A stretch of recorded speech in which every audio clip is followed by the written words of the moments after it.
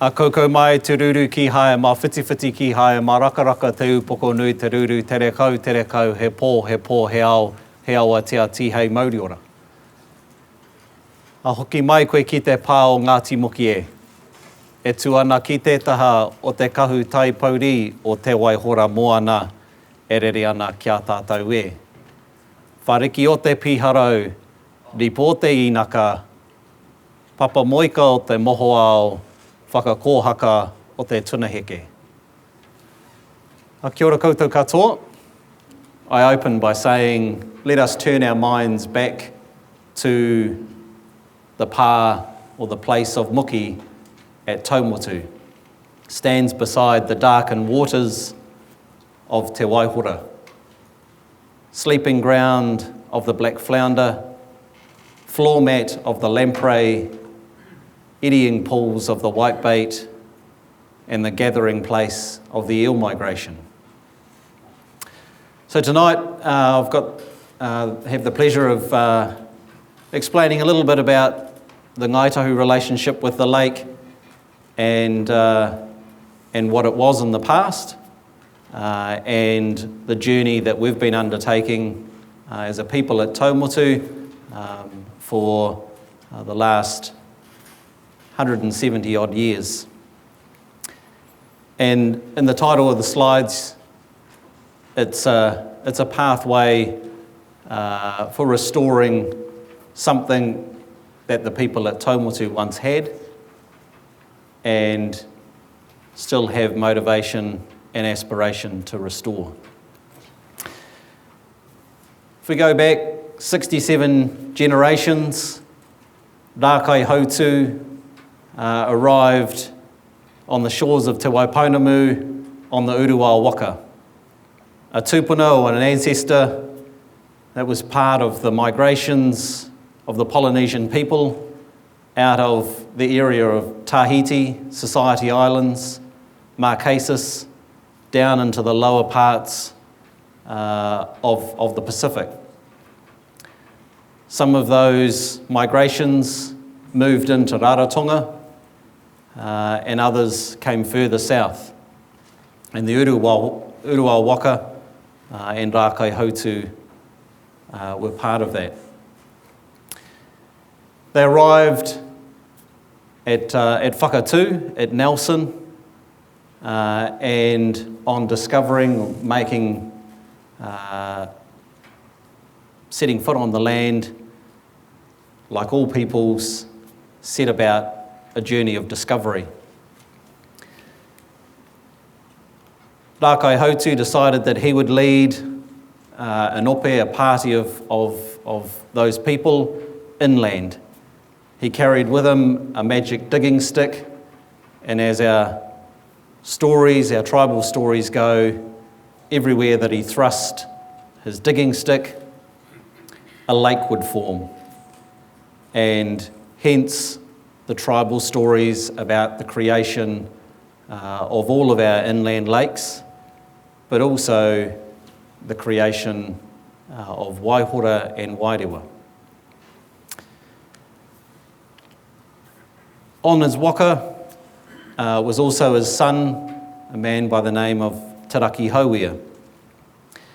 And in dividing up the parties, Rākai Hautu put the waka under the charge of Te Hauia and charged him with exploring the coastline. And they set out through the Marlborough Sounds, down the Kaikoura coast, through the Banks Peninsula, and he arrived, obviously came down this great, what's been termed the 90-mile coast of rolling gravel.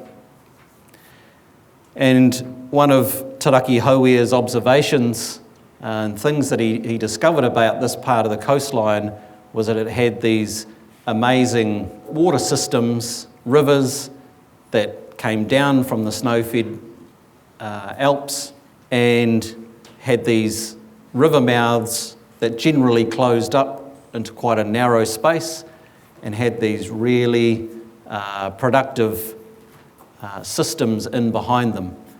They from their observation, functioned very similar to the fish ponds that Polynesian people use back in places like Hawaii, which were man-made, built structures out into the sea to trap fish and grow fish in areas where fresh water and salt water come together and produce this highly productive system. Well, what Te Waihora found was these hapua in behind our rivers and places like Waihora were just naturally formed. And so he named that part of the coast Ka Poupou a Te Waihora, or the eel weirs of Te Waihora, because the rivers acted and channeled fish into a natural channel in which you could catch them with ease. So they were generally in Ngaitahu, South Island whakapapa, they were referred to, or often referred to, as our Waitaha ancestors.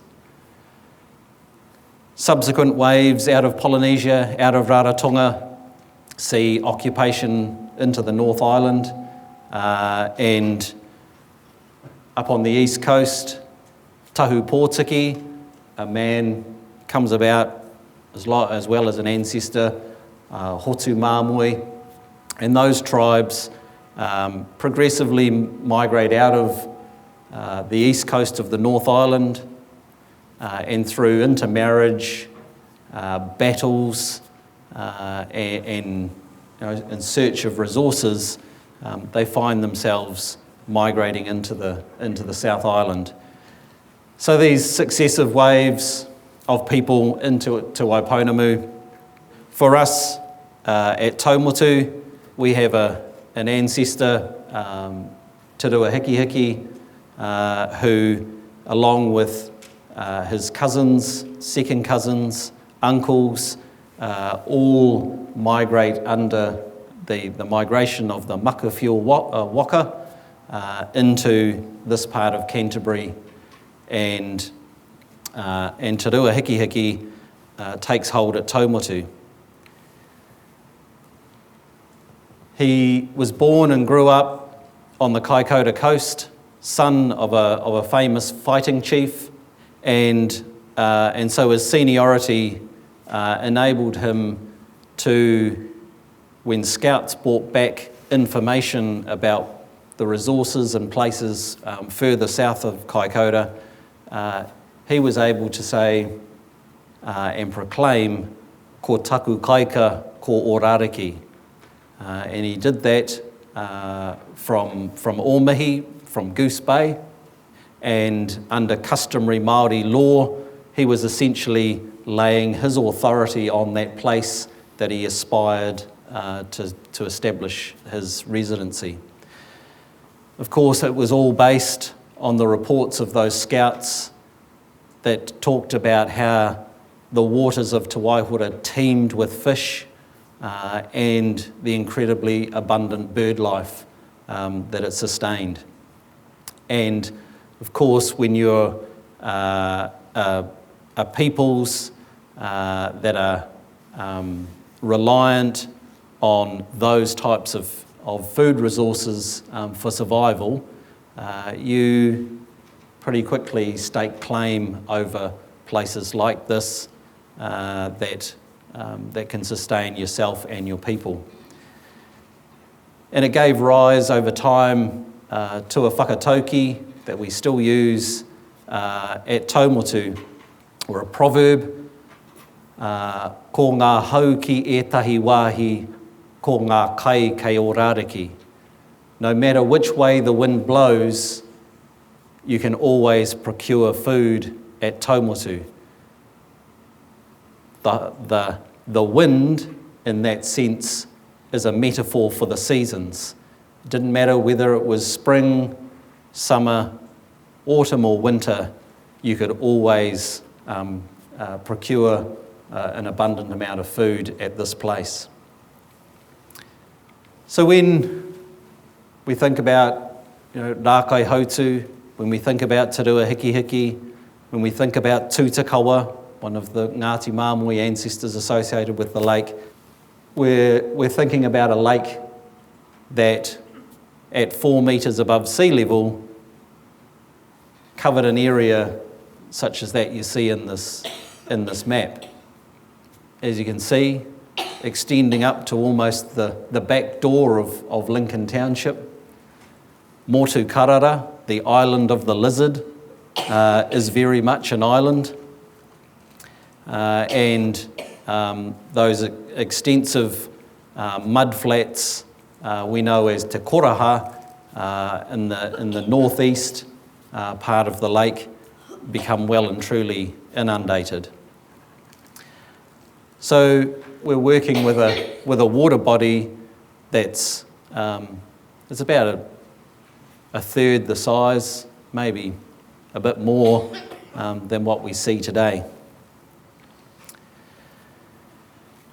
At Taumotu, if you zoom in and use that same level, those of you that have been to the church, you would have stood on the old pā site of Orariki, the lake coming right up around that pā. And if you look to the north end of what is now the church and the cemetery, you'll still see the fortifications, the ramparts was where the land was. They needed to build those ramparts to defend more solidly. But a substantial body of water that created natural defences for the area. And that's a slide that just shows you the Orariki pā, or the church as it is now, and what we see today. So that was a lake that was providing that fishery, the abundance of birds, for people to basically be rich enough and sustained enough to have life and occupancy at Taumotu. And then, of course, we had the arrival of settlement by the English settlers, the land sales by Ngaitahu to the Crown, and then the successive activities to establish wider settlement and modification of the landscape. Of course, that involved the proposals really by the provincial government of the day to drain the land, and some pretty keen attempts or desires to drain Te Waihora down to a level that was about 1 metre above sea level. And we know that because they started in very early days surveying in the paper roads. Of course, when that started to happen, the people at Taumotu and the surrounding hapu of the peninsula instantly realised that was going to have a bearing on the fishery, on the very resources that their whole community relied on, treasured and valued. And so very soon after the beginnings of regular openings of Te Waihora and the progressive draining of the lake, we start to see the petitions to the Provincial Council about the effects that was having. Now, some of you might associate that and think, oh, well, that's about the treaty. Well, not necessarily, because Te Waihora as an area was included in what we as Ngaitahu know is the Kemp's Purchase. So in 1848, the Crown agent, Mr. Mantell, came and entered into a contract with Ngāi Tahu to purchase the land. Part of the conditions of sale included reserving land and setting things aside, but one of the most important things, or one of the more important things for Ngāi Tahu, was that it reserved the protection and the reservation of food gathering sites.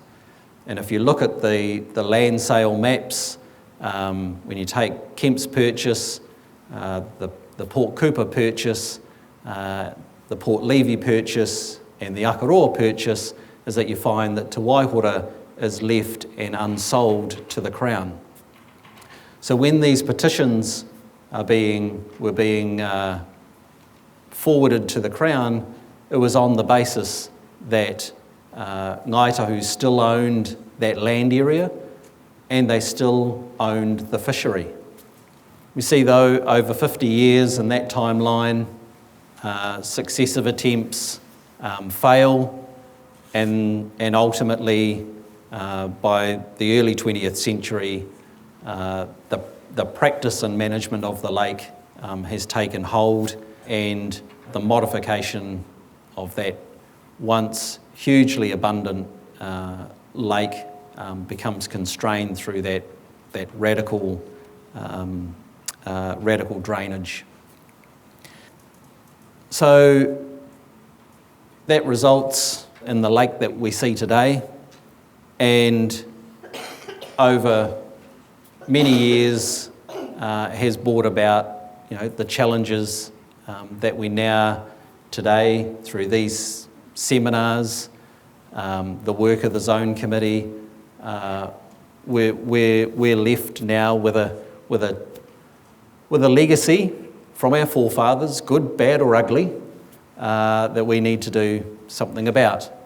So whether it's, as Tim will talk about, dealing with the nutrients that are locked in the sediments of the lake, whether it's the way in which the nutrients comes out of the catchment, these are all challenges that we need to work on and restore. And Ngāi Tahu, through those petitions, through the Ngāi Tahu claim that it took to government, right through to the work over the last 20 years with the Selwyn District Council to remove all the wastewater discharges that used to flow into Te Waihora, these have all been progressive steps in starting to bring back or restore the mana, the authority, the mauri, the life force of this incredible place. Post-settlement, or through the Ngāi Tahu settlement, the Crown recognised that Ngāi Tahu had never sold, included the lake within the land purchases, and that was returned to Ngāi Tahu. It gave rise to, subsequently, the joint management plan with the Department of Conservation. That's been followed by changes to the Water Conservation Order, which at the time that order was done, Māori weren't recognised in the Resource Management Act, and so the order didn't recognise the significance, the tribal significance of the lake to Ngāi Tahu, but also quirky things like fish didn't qualify as wildlife under the conservation legislation, so they needed to have and get their own recognition because of the outstanding significance of that fishery. So some of those changes through to what has been a work in progress for the last 6 or 7 years around a voluntary co-governance with local government. Ngāi Tahu and Environment Canterbury working, looking at the management of the catchment, and then more recently joined by Selwyn District Council and City Council to look at how collectively we work together to restore not only the lake, but the catchment as a whole. So, in a nutshell, Ngāi Tahu in our communities, we're a wealthy people in the sense of the resources that the lake provided at all times of the year to sustain a community at that place. Through a couple of centuries nearly of changes to that environment, and now through the collective efforts of agencies and individuals, we're starting to turn our minds to what the lake can become for us now and our generations to follow. I'll leave it at that and hand over to Tim.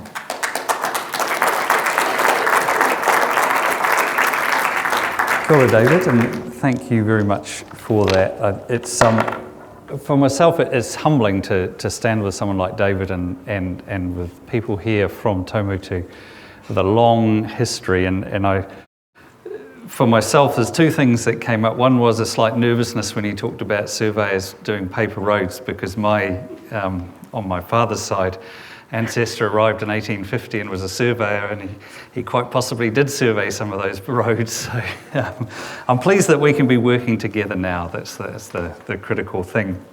But it's also, I feel a little bit of a fraud standing here before you, because I'm not a lake expert. It's not my area of expertise in science, but I have been working with a lot of people who've been doing a lot of work over the last particularly 10 years and a little bit longer. And I'll try and pull some of that together to talk about this fantastic place, Te Waihora. And it's an absolutely fascinating and fantastic place. The things that I want to cover today is a little bit about lake levels, how it works, and what it might mean with predicted sea level rise out of climate change. Then move on to talking about water quality and ecology, and then finish up with what's being done at the moment and what more is needed to bring back Te Waihora into a really healthy state. So we've been talking about this lake, this wonderful place, but is it really a lake? Is an interesting question. It's somewhere between a lake and a lagoon. So a lagoon is a freshwater body or a body of water separated from another, and it's kind of like that. A lake is completely fresh water. Well, this is not completely fresh water. It's brackish for a lot of the time. It's brackish in that water comes in through the opening, and that salinity varies within the lake, across the lake, and with time. And we end up with this classification that comes out of Australia called an ICOL, which stands for an intermittently closed and open lake or lagoon. So this afternoon at lunch, when I stood up and gave this talk and I said, and Waihora is an ICOL, I was promptly, straight afterwards, somebody was straight up to me and said, they've reclassified it. And it is no longer, and it's to do with that ICOL is an Australian term, and it has quite specific meaning in Australia. And I think the official classification is a Waituna-like lagoon. So there you go. But the fundamental thing about it is that it's somewhere between a lake and a lagoon. It's just not quite one or the other. Now, I went looking up, how big is Waihora? So I went straight to where everybody goes, Wikipedia. And I came across this that said that Waihora was the 5th largest lake in New Zealand, 5th equal with Te Whanga, which is on the Chatham Islands, or Chatham Island, equal in size. And I thought that's interesting because I'd heard it was the 4th biggest lake in New Zealand.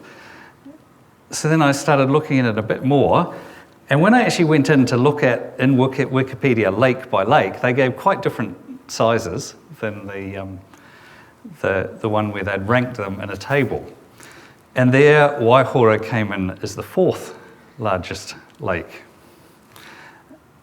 But the interesting thing about it is that in reality, Waihora in its current regime moves somewhere between about 180 to 210 square kilometres in size, which if you put it in that scale, means that it's somewhere between the 4th and the 7th largest lake in New Zealand. And it depends. It depends on whether the lake's open or closed. It depends on whether there's much water in Pukaki, and Te Whonga is another icol that opens and closes, so it varies in size as well. So we can't confidently say it's the 4th largest lake. It depends. We know that it's somewhere between the 4th and the 7th. So that's an interesting thing about the lake. Here's another interesting thing. This is the lake level at both ends of the lake. So Environment Canterbury has a recorder at the Taumotu end, and it also has one up the Kaituna end. And I've just got to look at which one. Red, in this case, is Taumotu, and blue is Kaituna. And you can see these differences, that it will suddenly get difference. That's when the wind blows. And what you've actually got there is a difference. So in the middle here is a difference of about 0.5 metre, in which case Taumotu has gone down and Kaituna has gone up. That's a southerly. We can pick the southerly has come and it's pushed the water up towards the Kaituna end. And in fact, the most dramatic one is this is in the last, the big flood event that we had a couple of weekends ago. It's about 0.8 of a metre difference between Taumotu, so when there was that howling southerly going on, and Kaituna was all being pushed up that end. So it's just one of these sort of interesting things about the lake that fundamentally it varies in size, and David talked about the size difference over the long time, but it varies quite considerably in size even now, and it varies in depth depending on where you are in the lake and what the wind's blowing like. But what about the future? What do we know, or what do we think might happen with climate change predictions? So the opening regime is controlled by the Water Conservation Order. And the Water Conservation Order sets minimum levels at which the lake can be opened. They're not trigger levels, they are minimum levels at which the lake can be opened. You can't open it below those levels.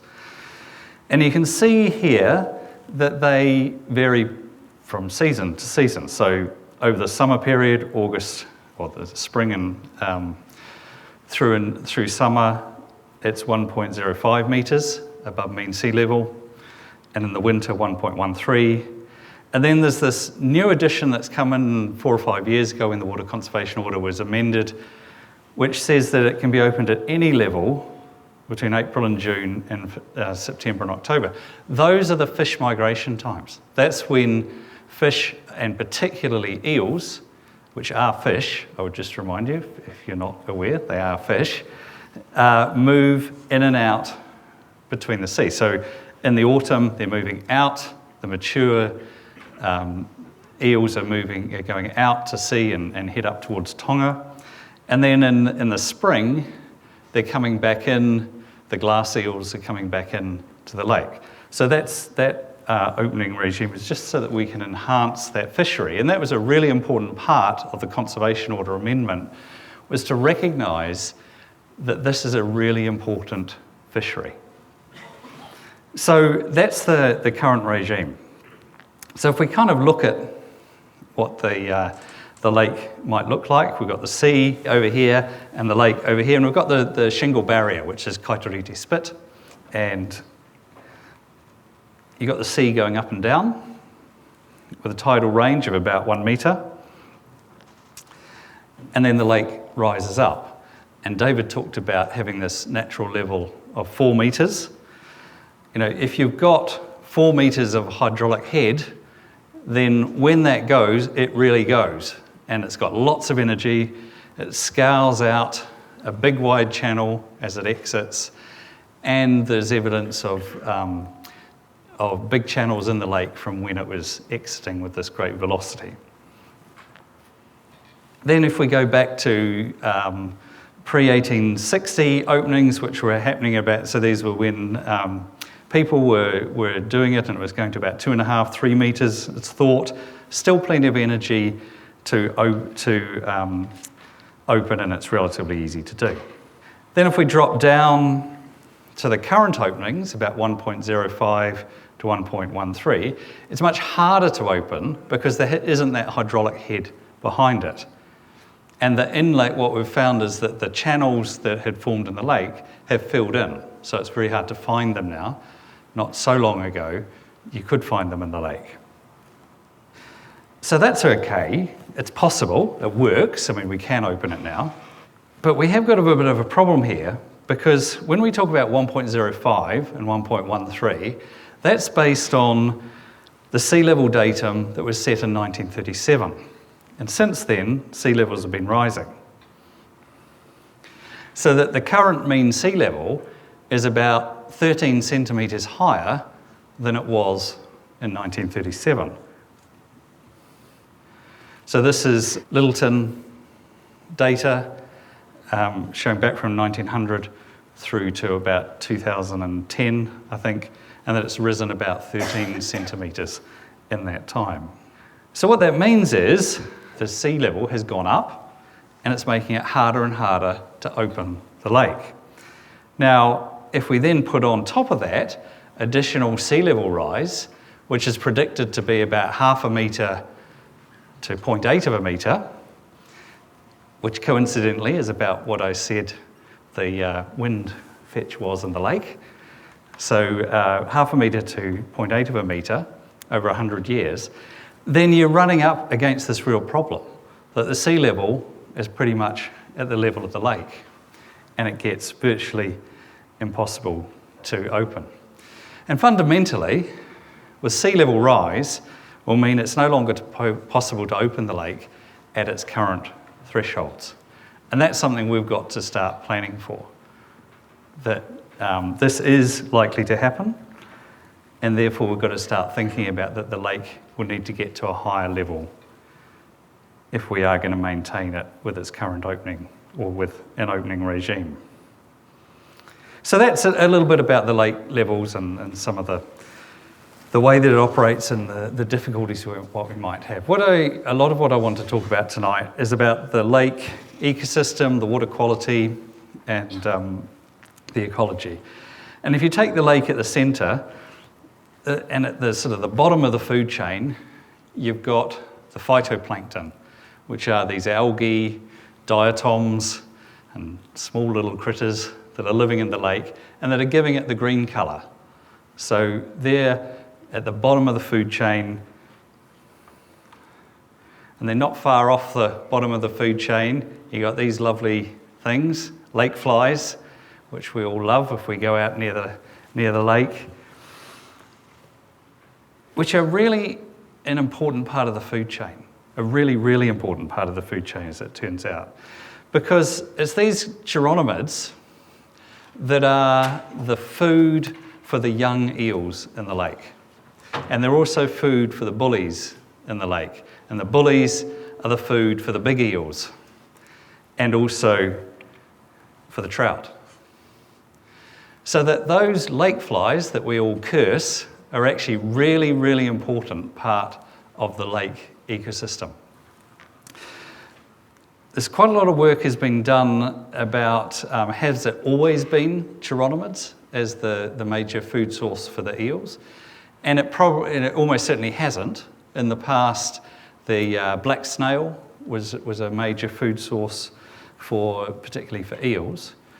And those have died out with the loss of the plants growing in the lake. And I'll talk about the plants, the macrophytes, in a little while. But I guess, when you start looking at the lake ecosystem and you start thinking about the eels that are there, the patiki, the flounder, the birds, this is a really thriving ecosystem. Thriving in the sense that there is a lot of production going on. all coming out of the phytoplankton growing in the lake. So when you hear reports, which is a misreport, of Judge Smith saying the lake is dead, that's completely wrong. The lake is not dead by any stretch of the imagination. It's hugely productive. But it is under a lot of stress. And that's what I'll start talking through now.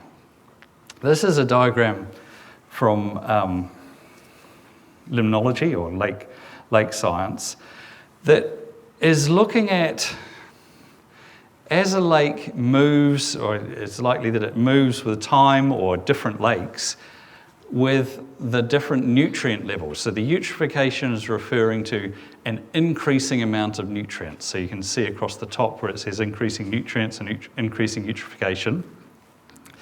And this is what you start to see. So that I talked about the plants growing in the lake, the macrophytes. So rupia, or the seagrass, is one of these plants.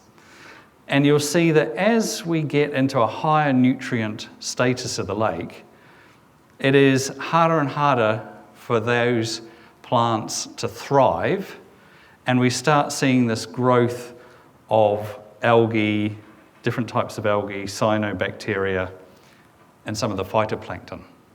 And that's what we see in the lake. But one of the things about this, there's two things I'd point out about this diagram. One is that those lines aren't straight, and you can tell that they're not precise. But if the lake is moving to and fro, or is, you're seeing a decrease in nutrients or something like that, you don't expect to just see a linear decrease in the algae and plants suddenly to reappear or something like that. It actually is, you might see it happening for a while and then it'll go back again. And it's not a simple process in this movement between increasing eutrophication and some of these things that we're seeing. And then the second thing I just want you to bear in mind is this, where it talks about a low nitrogen to phosphorus ratio, the N for nitrogen, P for phosphorus. Just remember that, and I'll come back to it in a minute. So this is a diagram that you'll see, a lot of you have probably seen it quite often, the trophic level index for the lake, or for lakes. So this is referring to the eutrophication level, or the amount of nutrients in the lake. It's an index which combines nitrogen, phosphorus, and chlorophyll A, and quite often it also has suspended sediment. In this case it doesn't. But it's the nitrogen concentrations, the phosphorus concentrations, and the chlorophyll A being what is produced by the algae as they grow, putting those together into a formula and coming up with a single number. And these bands that you can see from the 2, 3, 4, 5, 6, 7 refer to different levels that we refer to lakes being in. And in this case, I meant to look this up this afternoon and I forgot. I can't remember if it's hypertrophic or supertrophic, but it's certainly way up on the trophic scale. That's the critical thing, which is that yellow colour. If you were to take a lake like Coleridge or Pukaki or Tekapo, then they're down in the 1 to 2, sort of off this scale almost. So much lower nutrient concentrations. Now, I bet you're all asking what that big dip is in the middle, or you're thinking that. What's the big dip in 2013? That was when the lake was open for a really long time. There was about 3 months when the lake stayed open. It was opened and we didn't have any southerlies. Stayed open for a really long time. Big exchange of salt water. The lake almost became estuarine for a while. And it dropped away in terms of the nutrients because you got this fresh seawater coming in. But fundamentally, what you're seeing there is the lake staying reasonably static, apart from that little time in 2013, where it's staying in this highly eutrophic state. And it varies a little bit, but it is staying in this highly eutrophic state. And when you look back in records into the 70s, we don't have the TLI going back into the 70s because we weren't measuring chlorophyll A, but we were measuring total nitrogen, we were measuring total phosphorus, which are the other parts of it, and the concentrations in the 70s were pretty similar to what they are now. So actually this lake has been in this trophic state for a long time, but it hasn't always been like that. The best estimates of what the kind of natural state of the lake would be are around in the sort of 4 to 5, somewhere in that space. So it has gone up, but it's been like this for quite a long time. Now, I said, remember the nitrogen to phosphorus balance. One of the interesting things about the lake is if you look at what's coming into the lake, so coming in through the tributaries, so the Selwyn and the Hallsaw, the Huratini and the Harts Creek and all the tributaries, there's a really high nitrogen concentration coming in. So the balance is tipped towards nitrogen. And the phosphorus is relatively low of what's coming in. But when you go to what's actually in the lake, it's completely the other way around. So there's a lot more phosphorus, so the middle column is the lake, and you see the phosphorus has gone up from 50 to 277, and the total nitrogen's gone down. So somehow the lake is losing nitrogen, dissolved in organic nitrogen, is what DIN stands for, and it's gaining total phosphorus. So what's happening? Well, I wish we knew fully what was happening, but it's an interesting conundrum. The first thing that is happening is we've got denitrification. So this is the process where you've got nitrate-rich water, and then through microbial activity, through bacteria living at the sediment interface, which is the green and brown there, are actually denitrifying, taking that nitrate and turning it into nitrogen gas. So we're losing nitrate out of the water. And that's how we are losing some of this nitrogen that's going on. So where's that denitrification happening? Well, one of the interesting things of some work that's been done recently is it's not even across the lake. There are these hot spots where the denitrification is happening. So you can see it, the darker area is where there's much greater nitrification. And it's not easy to say, denitrification, sorry. And it's not easy to say why there. You know, it's not like it's radically deeper or something like that. It's not altogether clear. This is actually a slightly old diagram. There is a more revised one. I just couldn't find it last night when I was trying to put this together. So we've got this in lake denitrification. And then I talked about that the lake was gaining phosphorus, so losing nitrogen, gaining phosphorus. And you've got this internal phosphorus fertilization. I said at lunchtime, I'm not sure that's a real word. I have stolen this slide from somebody else. So, but essentially, this gaining of phosphorus. Now, what's happening here is phosphorus, by and large, is, we think of it as being bound to sediment. So phosphorus binds really closely to soil, particles, and sediment, and then it will sit on the bottom of the lake or it will move down a river bound to those particles. But there are times that phosphorus unbinds essentially and becomes dissolved in the water. And those times, one of them is when you have really low oxygen concentrations, when it goes anoxic.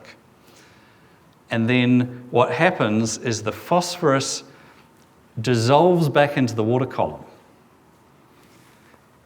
Now, so that can happen through a lack of oxygen, which could be through the lake stratifying, as in, when I say stratifying, it's a temperature gradient that means that this water sits on the bottom and then it loses all its oxygen. But what we do know about the lake is that it's quite shallow, it's got a lot of wave action in it, and actually it mixes really well. So it's hard to see that a lot of stratification would occur. In some deep lakes, we definitely see stratification occurring. But in Waihora, it's not something that we would expect to see. But there are other things that can lead to it. So if you've got a salt wedge coming in, and this happens when the lake is open, the salt drives into the lake, and salty water is denser than fresh water, so it goes underneath. and it can cause that stratification of the lake, and then we can get the same process occurring. And then you can also get it with a high pH. Now, the pH will change within the lake, so pH being the acidity of the lake. When you've got a high pH, which is a low acidity, is driven quite often by plant growth. And by plants, I'm also including algae in that. So as they photosynthesize, the pH changes in the lake. And you see this every, in a cycle as the plants are really photosynthesizing during the day, the pH will start to rise, and then it will drop away again. I think I've got that the right way around. Drop away again during the night.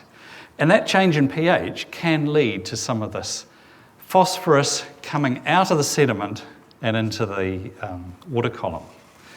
So that's how we're getting this increase in phosphorus.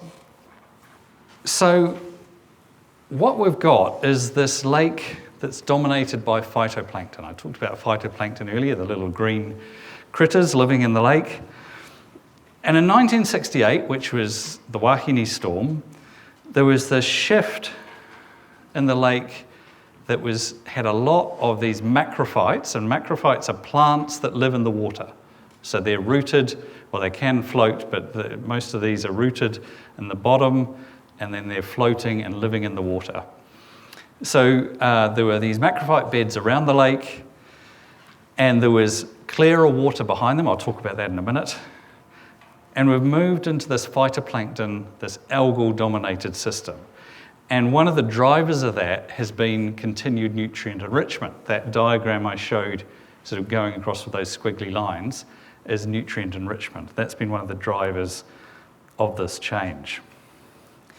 So what is it about lake macrophytes? The photograph here, 1958, shows macrophyte beds off Timber Yard Point. Timber Yard Point, yeah. So these are beds, it looks like it's bare ground, but that's plants growing in the water. Someone has cut a channel through so that they can get through these beds into the main body of the lake. And we know they were mapped in 1960, that's what this diagram here is showing, that there were these beds all around Timber Yard Point here, all the way up the western shore and on the Green Park sands and all through this area. There are these really extensive beds of plants growing. But in 1968, with the Wahine storm, they were ripped out and they've never been able to re-establish. So why do we care about macrophytes? What's so important about macrophytes growing in a lake? Well, the first thing is they're really important fish habitat.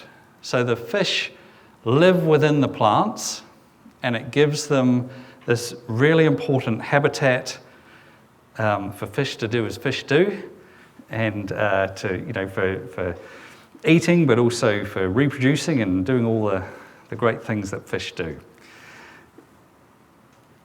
Macrophytes are also part of a nutrient removal system. So that as they grow, they're taking nitrogen and phosphorus out of the water column, out of the sediment, and they're there. And then there becomes a question of what happens to that plant. Well, some of it is grazed by snails and insects and things living there, which are then eaten by fish, which are then turning that nitrogen that was in the plant into protein in exactly the same way as a cow eats grass and is turning some of that into protein as meat or as milk. It's exactly the same process. Some of that is being taken out of the system. But there's also a question of the macrophytes, if they stay in the lake, because they will rot down and some of that nitrogen will go back into the system. So they're not a total removal system, but they are part of the overall ecosystem and a really important part. And then the third part about them is that they act as a natural wave barrier. So that I showed that they were around the edges of the lake, and if you go to a lot of New Zealand lakes, you'll see what people refer to as the weed beds. It's where people like to go fishing, and the fish are there.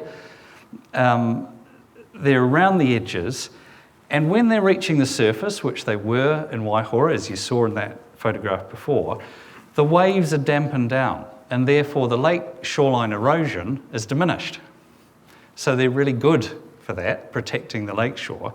And the water clarity within them is quite remarkable, which just reminds me, that was why I wanted the other slide.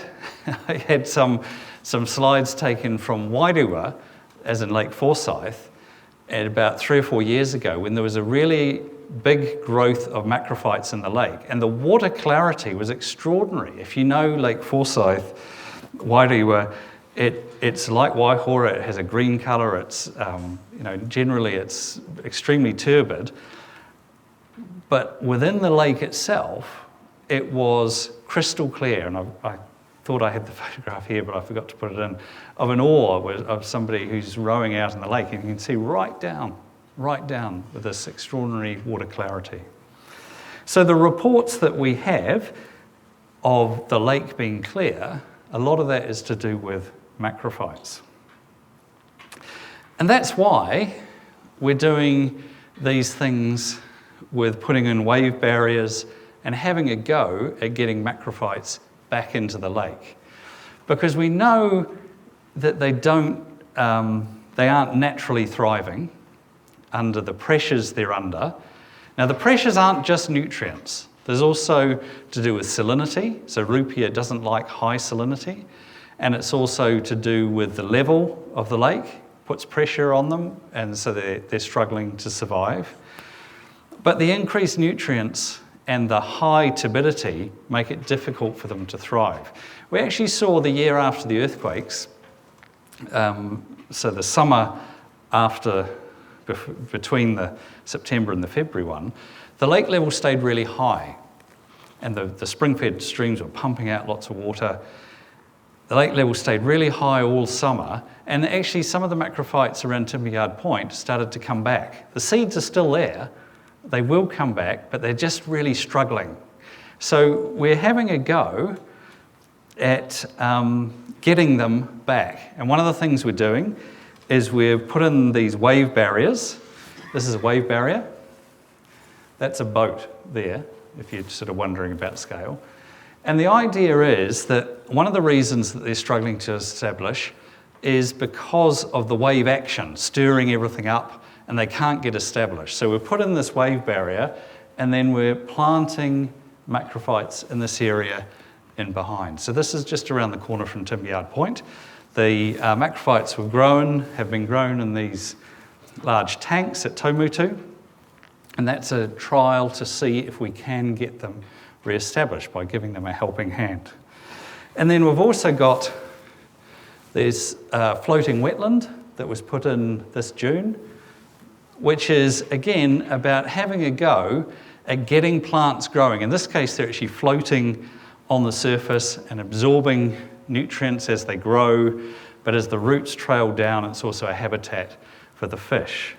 So this is some work that NIWA have been doing, and they're doing a lot of work in sort of seeing what stresses are happening in the plants, what it's doing for water quality, what it's doing for the fish habitat.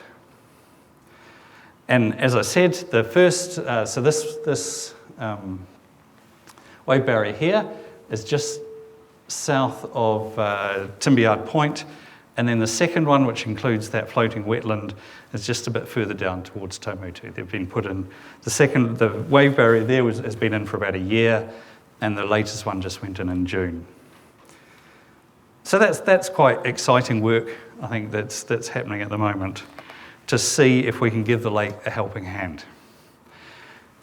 The other thing that we want to try and do, and we need to do, is reduce the incoming load. Now, Melissa spoke about this 2 weeks ago, and I'm not going to go into any detail on that, about setting load limits from agriculture. But the other side to this is actually about getting more wetlands into the catchment and into the lake margin. And we had this work done by NIWA, and it's based on modelling, and you can tell because it's such a perfect line that it's based on modelling. And what it's talking about is to get a percentage reduction in nitrogen, which is along the bottom axis here, and on the vertical axis is how much land area would you need in wetland in the catchment to achieve that. So what you can see is for a 40% reduction, you need just short of 2,000 hectares of wetland in the catchment to achieve that kind of reduction in the load coming in the lake. Now, the one out here is really speculative. That was just an extension of the line. Don't worry too much about that. But, so 2,000 hectares of wetland, that's quite a lot of farmland to take out of production and put into wetland. It turns out to be about 0.9%, so just less than 1% of the catchment area into wetland. The good thing is that compared to the North Island, finally we've struck some good news here. It's actually less area than is required when this work's been done in North Island. And that's because the groundwater is concentrating a lot of the nitrogen into these single streams that then the water can be diverted out of and stripped of the nitrogen as it goes.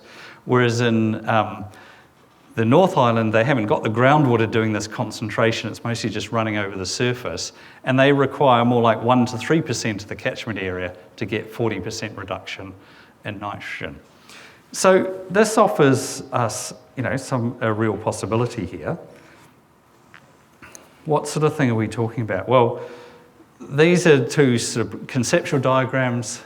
This one here would be a wetland near the lake shore, where you're putting some kind of embankment, and then you're getting surface inflow out of one of the tributaries, Dawson Drain or something like that, coming in, and then it's flowing through before it goes out into the lake. And in this wetland, there's a lot of nutrient stripping. It's not just nitrogen, it's phosphorus as well that gets stripped out, but nitrogen in particular. And then this one is just showing a very similar thing, but just alongside a river or a drain, where you're getting it diverted through and slowly making its way around before going back out into the stream. So it's these constructed wetlands because we've lost so much of our wetlands in the catchment. We've got a bid in with the Freshwater Improvement Fund at the moment. And when I say we, I'm talking about Environment Canterbury with Ngāi Tahu and Selwyn District Council for a constructed wetland in the Ahuriri Lagoon area. So I don't know if you know Ahuriri Lagoon. This was taken just after the floods in 2013. The Hawesville River, this is coming down here. The cycle trail, the rail trail is coming down this area here. And the main road is just sort of skirting around this area. It was taken from up on the Port Hills. So this is when it was fully flooded. It's not normally like this. But that area that's marked in the Ahuriri Lagoon is an area that has been earmarked. The land is owned by Environment Canterbury, where we are hoping to be able to get funding to put in a constructed wetland where we can really demonstrate this principle that I was showing you before. So what else could be done? Well, we've been doing a lot of work in investigating what could be done. Controlling lake levels is one option, by which I mean I said that get my years mixed up straight after the earthquake, that summer when the lake level stayed really high, the water quality actually improved quite well during that summer. Having a deeper lake actually is helpful for water quality. So, you get the thought, well, maybe if we could control the lake level better, then we could start using that as a way of improving water quality. But it's really difficult. There's a lot of engineering work. I mean, every time the lake's opened, you'll see stuff in the paper and somebody will say, why don't you just put a culvert or something out there? It's a really rough environment out there if you've ever been out there. And they have tried. There was a culvert built in 1920s, I think it was, and it just got bashed to smithereens and didn't work. It's not an easy thing to have a controlled lake exit. But we have done some work around what might be feasible on maintaining lake levels. But then you start running into things of, well, that's fine, but we know we need to maintain fish passage because this is a really important fishery. And we also know that it's a really important bird habitat. It's got the most wading birds in the country come onto the lake. And what wading birds like is lake level going up and down, not staying static. So we've got to start thinking about it with these multiple values. And that's one of the real challenge of working in an environment like this is the multiple values. But probably the biggest thing is what we refer to as the legacy phosphorus. That's the phosphorus sitting in the sediment that is, through that internal fertilisation that I referred to, I had the slide on earlier, that phosphorus remobilisation is coming back into the water column. Are there ways that we can stop doing that? Well, there are things that provide a cap. They're not cheap and they're not fully proven, but there are clays and things that you can put out over the lake and try and get it so that it stops some of that phosphorus remobilisation. Hasn't really been tried in a shallow lake like Waihora. So, it's not something that we're going to rush off and do because it would certainly need a lot of work thinking about, is it likely to work? Dredging is often put out there as an option. This is a big lake. This is a really big lake. And just to go and dredge it is not a simple option, but it's one of those things that people we are thinking about. And then you start saying, well, we've got this really highly productive lake. Could we start using it in some way and farming the algae? So algae are growing like mad. They could be a form of biodiesel. It is something that has been broached at various times. These are the sorts of things that we need to start thinking about. What are some real options for working in this lake? And I guess I just put it out there and say, anybody else got any good ideas? Because we're willing to hear it and we're wanting to explore these different options. And I think that brings me to an end.